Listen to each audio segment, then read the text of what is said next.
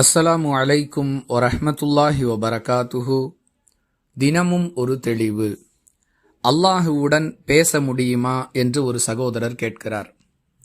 அன்பிற்குரிய அல்லாஹுவின் நல்லடியார்களே, மறுமை நாளில் அல்லாஹ் அடியார்களுடன் பேசுவான், அடியார்களும் அல்லாஹுடன் பேசுவார்கள் என்பதை விளங்கும் வகையில் ரசூலுல்லாஹி ஸல்லல்லாஹு அலைஹி வஸல்லம் அவர்கள் சொல்லக்கூடிய செய்தி புகாரி எனும் நூலில் 6549வது ஹதீஸில் பதிவு செய்யப்பட்டிருப்பதை பார்க்கிறோம்.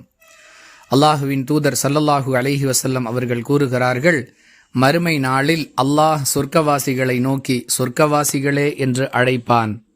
அதற்கு அவர்கள், அதிபதியே, இதோ கீழ்ப்படிய காத்திருக்கிறோம் என்று பதிலளிப்பார்கள். அப்பொழுது அல்லாஹ், நீங்கள் திருப்தி அடைந்தீர்களா என்று கேட்பான்.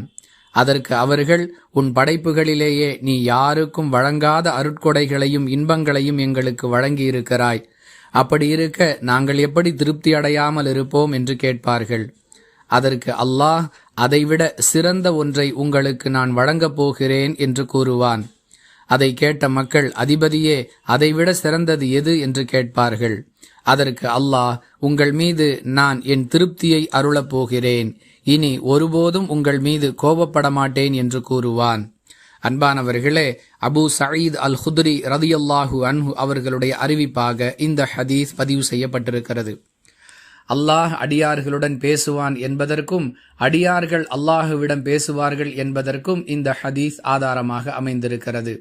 இதை தவிர இன்னும் பல ஹதீஸுகளில் சில தவறுகளின் காரணமாக யார் அந்த தவறில் ஈடுபட்டாரோ அவருடன் மறுமை நாளில் அல்லாஹ் பேசமாட்டான் என்ற வாசகம் பதிவு செய்யப்பட்டிருப்பதை பார்க்கலாம். தவறு செய்பவர்களிடம் அல்லாஹ் பேசமாட்டான் என்பதிலிருந்து மற்றவர்களிடம் அல்லாஹ் பேசுவான் என்பதையும் பல ஆதாரங்களிலிருந்து நம்மால் அறிந்து கொள்ள முடியும். எனவே மறுமையில் இறைவனிடம் பேச முடியும்.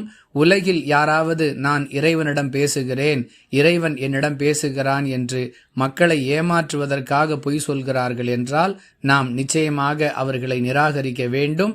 அது நடக்காத ஒன்று என்பதே இந்த கேள்விக்கான தெளிவு. வாஹிரு தஅவானா அனில் ஹம்துலில்லாஹி ரப்பில் ஆலமீன். அஸ்ஸலாமு அலைக்கும் வரஹ்மத்துல்லாஹி வபரகாத்துஹு.